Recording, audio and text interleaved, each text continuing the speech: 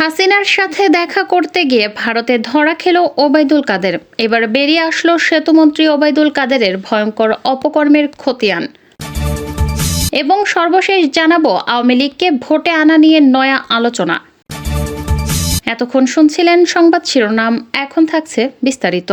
জানা গেছে, স্ত্রী ইশরাতুন নেসা কাদের, ভাই আব্দুল কাদের মির্জা, ফেনীর সাবেক সংসদ সদস্য নিজামুদ্দিন হাজারী, নোয়াখালীর সাবেক এমপি একরামুল করিম চৌধুরী ও সাবেক সচিব এবিএম আমিনুল্লাহকে নিয়ে ওবায়দুল কাদের গড়ে তোলেন দুর্নীতির বিশাল সিন্ডিকেট। তার মন্ত্রিত্বকে অবৈধ ক্ষমতা চর্চার হাতিয়ার করে 2011 সাল থেকে 2024 সালের আগস্ট পর্যন্ত সড়ক পরিবহন খাতে ব্যাপক অনিয়ম ও দুর্নীতি করে হাজার কোটি টাকার সম্পদের পাহাড় গড়েছে কাদের পরিবার ও সিন্ডিকেটের অন্য সদস্যরা। দুদক সূত্রে জানা যায়, 2011 সাল থেকে 2024 সাল পর্যন্ত সময়ে সওজের মোট কাজের 90% করেছে 12 থেকে 15টি ঠিকাদারি প্রতিষ্ঠান। ওই প্রতিষ্ঠানগুলো একক ও যৌথভাবে প্রায় 75,000 কোটি টাকার কাজ পায়। নানা কৌশলে নির্ধারিত কমিশনের বিনিময়ে সুনির্দিষ্ট ওইসব প্রতিষ্ঠানকে কাজ পাইয়ে দিত কাদের সিন্ডিকেট। কাকে কাজ দেয়া হবে তা আগেই ঠিক করে রাখা হতো। এরপর দরপত্র ডাকার আনুষ্ঠানিকতা করা হতো।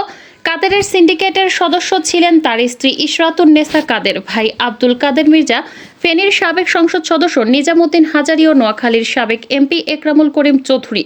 বাংলাদেশে ক্ষমতাসীন দল আওয়ামী লীগের সাধারণ সম্পাদক ওবায়দুল কাদেরের বিরুদ্ধে দুর্নীতির অভিযোগ নতুন কিছু নয়।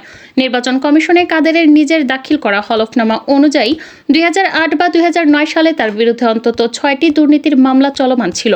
এই মামলাগুলো হয়েছিল মূলত সেনা সমর্থিত তত্ত্বাবধায়ক সরকারের আমলে। 2009 সালে আওয়ামী লীগ ক্ষমতায় আসার পর আদালতে মামলাগুলো বাতিল হয়ে যায়। এত বছর পরে এই প্রভাবশালী মন্ত্রীর বিরুদ্ধে আবার দুর্নীতির অভিযোগ উঠেছে।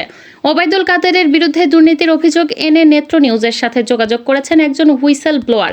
তিনি দাবি করছেন যে উৎকোচ হিসেবে বিশ্ববিখ্যাত বিভিন্ন ব্র্যান্ডের দামি হাতঘড়ি উপহার পেতে পছন্দ করেন কাদের। মোটা অঙ্কের একটি কন্ট্রাক্ট পাশ করে দেওয়ার বিনিময়ে মন্ত্রী কাদের বিশাল বিলাসবহুল একটি ব্র্যান্ডের খুবই দামি একটি হাতঘড়ি উৎকোচ হিসেবে নিয়েছেন। এমন একটি লেনদেন খুবই কাছে থেকে প্রত্যক্ষ করেছেন এই অভিযোগকারী। অভিযোগের প্রমাণ হিসেবে তিনি আমাদের ঘড়িটির বিশেষ সিরিয়াল নাম্বার সহ ছবি ও এই ঘড়ির আসল উৎস সংক্রান্ত দলিলও দেখিয়েছেন। গুরুত্বপূর্ণ একটি বৈঠকে ওবায়দুল কাদের ঘড়িটি পরে আছেন এমন ছবিও এই হুইসেল ব্লোয়ার আমাদের দেখাতে সক্ষম হন। তিনি আরও দাবি করেন যে ওবায়দুল কাদেরের মন্ত্রণালয়ের বারান্দায় হাঁটাহাঁটি করা লোকজনের কাছে, বিশেষ করে দেশি বিদেশি ঠিকাদারদের কাছে মন্ত্রীর এই হাতঘড়ির লোভ একটি ওপেন সিক্রেট। ওবায়দুল কাদেরের এই ঘড়িটির সাথে সাদৃশ্য আছে রোলেক্স ডেট প্রেসিডেন্ট ঘড়ির, দাম 28,86,000 টাকা। কাদেরের আরেকটি ঘড়ির কালেকশন ছিল লুই ভিতন GMT ভয়েজার, যার বাজার মূল্য 12,72,000 টাকা। এছাড়াও রয়েছে 2 ভিতন তাম্বো স্পিন টাইম রিগাতা ঘড়ি, যার বাজার মূল্য 37,31,000 টাকা। তারপরের কালেকশনে রয়েছে রোলেক্স জাস্ট, যার বাজার মূল্য 9,33,000 টাকা। উলিশ নাদা এক্সিকিউটিভ ডুয়াল টাইম, দাম 10,16,000 টাকা এবং রোলেক্স সেলিনি হোয়াইট গোল্ড, দাম 9,33,000 টাকা। এক সংবাদ সম্মেলনে ওবায়দুল কাদের সাংবাদিকদের উদ্দেশ্যে বলেন, আমাদের দলের ও সরকারের কোনো মন্ত্রী ও এমপির বিরুদ্ধে দুর্নীতি ও অনিয়মের খোঁজ পেলে আপনারা তা লিখুন, তুলে ধরুন, আমাদের তথ্য দিন, আমরা অবশ্যই তাদের বিরুদ্ধে কঠোর ব্যবস্থা নেব।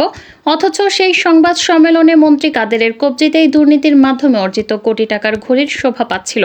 একটি অভিযোগ সূত্রে জানা যায়, সড়কে চলাচলের জন্য 137টি বাস কেনার কথা থাকলেও প্রক্রিয়াগত জটিলতার কারণ দেখিয়ে ওবায়দুল কাদের তার ক্ষমতার সময় 1.5 বছর ধরে আটকে রাখে প্রক্রিয়াটি। সূত্রের দাবি, ওবায়দুল কাদের ও সাবেক সচিব এবিএম আমিনুল্লাহ নুরীর পছন্দের প্রতিষ্ঠান কাজ না পাওয়ায় বাস ক্রয়ের প্রক্রিয়াটি আটকে যায়। বিআরটি কর্তৃপক্ষ সূত্র বলছে, বাস ক্রয়ের প্রাক্কলিত ব্যয় ধরা হয়েছিল 205 কোটি টাকা। বাস কেনার জন্য প্রথম দরপত্রে 6টি প্রতিষ্ঠান অংশ নেয়, দ্বিতীয় দরপত্রে অংশ নেয় মাত্র 2টি প্রতিষ্ঠান। প্রথম দরপত্রে বাসগুলো কেনার জন্য সর্বনিম্ন দর ছিল প্রায় $1,77,00,000 মার্কিন ডলার। দ্বিতীয় দরপত্রে সর্বনিম্ন দর ছিল প্রায় $1,91,00,000। তৃতীয় দরপত্রে সর্বনিম্ন দর পরে প্রায় $3 কোটি, যা 360 কোটি টাকা। প্রথম দরপত্রে 6টি প্রতিষ্ঠান অংশ নিলেও বলা হয় কার্যকর প্রতিযোগিতা হয়নি। পরের দরপত্রে মাত্র 2টি প্রতিষ্ঠান অংশ নেয়, এটা কিভাবে কার্যকর প্রতিযোগিতামূলক হচ্ছে তা নিয়ে ওঠে। আর তৃতীয় দরপত্রে খরচ অনেক বাড়ানো হয়। অভিযোগ উঠেছে, কাদের সিন্ডিকেটের পছন্দের প্রতিষ্ঠান কাজ পায়নি বলেই বারবার দরপত্র আহ্বান করা হয়। শেষ পর্যন্ত আলোর মুখ দেখেনি ওই প্রকল্প। 2008 সালের নবম জাতীয় সংসদ নির্বাচনের আগে ওবায়দুল কাদেরের পেশা ছিল লেখালেখি ও সাংবাদিকতা। 16 বছর পরে সেই পেশা পরিবর্তন করে কাগজে কলমে তিনি বেসরকারি চাকরিজীবী সেজেছেন। সর্বশেষ 2024 সালের নির্বাচনী হলফনামায় সংসদ সদস্য ও মন্ত্রী হিসেবে প্রাপ্ত সম্মানী লেখালেখি, বাড়ি ভাড়া, ব্যাংক আমানত, সঞ্চয়পত্র বিবেচনায় 2008-এর তুলনায় কাদেরের স্থাবর সম্পদ বেড়েছে 6 গুণেরও বেশি। ওই সময়ে তার অস্থাবর সম্পদ বেড়েছে 13 গুণের বেশি। সবশেষ হলফনামায় যা পাওয়া যায়, কাগজে কলমে 2008 সালে ওবায়দুল কাদেরের অস্থাবর সম্পত্তি ছিল 24,48,095 টাকার। তার স্ত্রীর অস্থাবর সম্পত্তি ছিল 48,81,522 টাকার। 16 বছর পর কাদেরের অস্থাবর সম্পত্তির পরিমাণ দাঁড়িয়েছে 3,22,84,898 টাকা এবং তার স্ত্রী ইশরাতুন্নেসা কাদেরের সম্পদের পরিমাণ হচ্ছে 1,28,42,464 টাকা। সবশেষ মন্ত্রী থাকা অবস্থায় ওবায়দুল কাদেরের বার্ষিক আয় দেখানো হয় 38 লাখ টাকা। এর মধ্যে বাড়ি ভাড়া থেকে 14,24,924 টাকা, শেয়ার, সঞ্চয়পত্র, ব্যাংক আমানত থেকে 6,97,284 টাকা।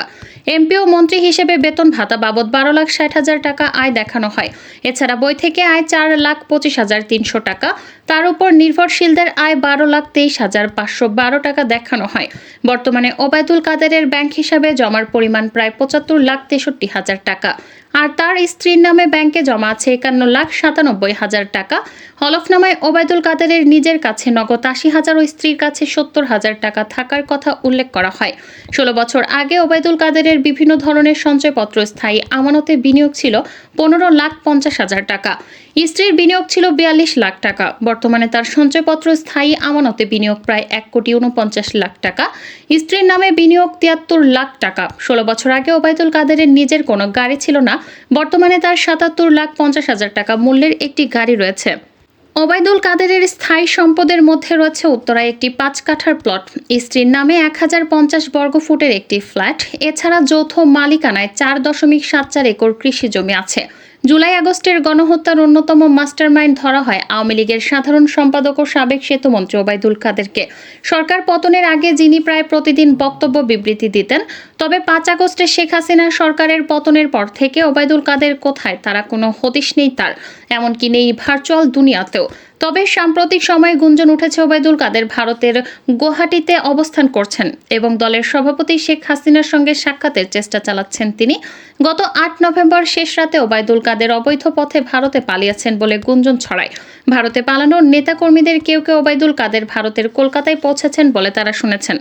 তবে এবার গুঞ্জন ছড়িয়েছে অবৈধভাবে সীমান্ত পার হয়ে ভারতের আসাম রাজ্যের রাজধানী গৌহাটির একটি হোটেলে অবস্থান করছেন তিনি।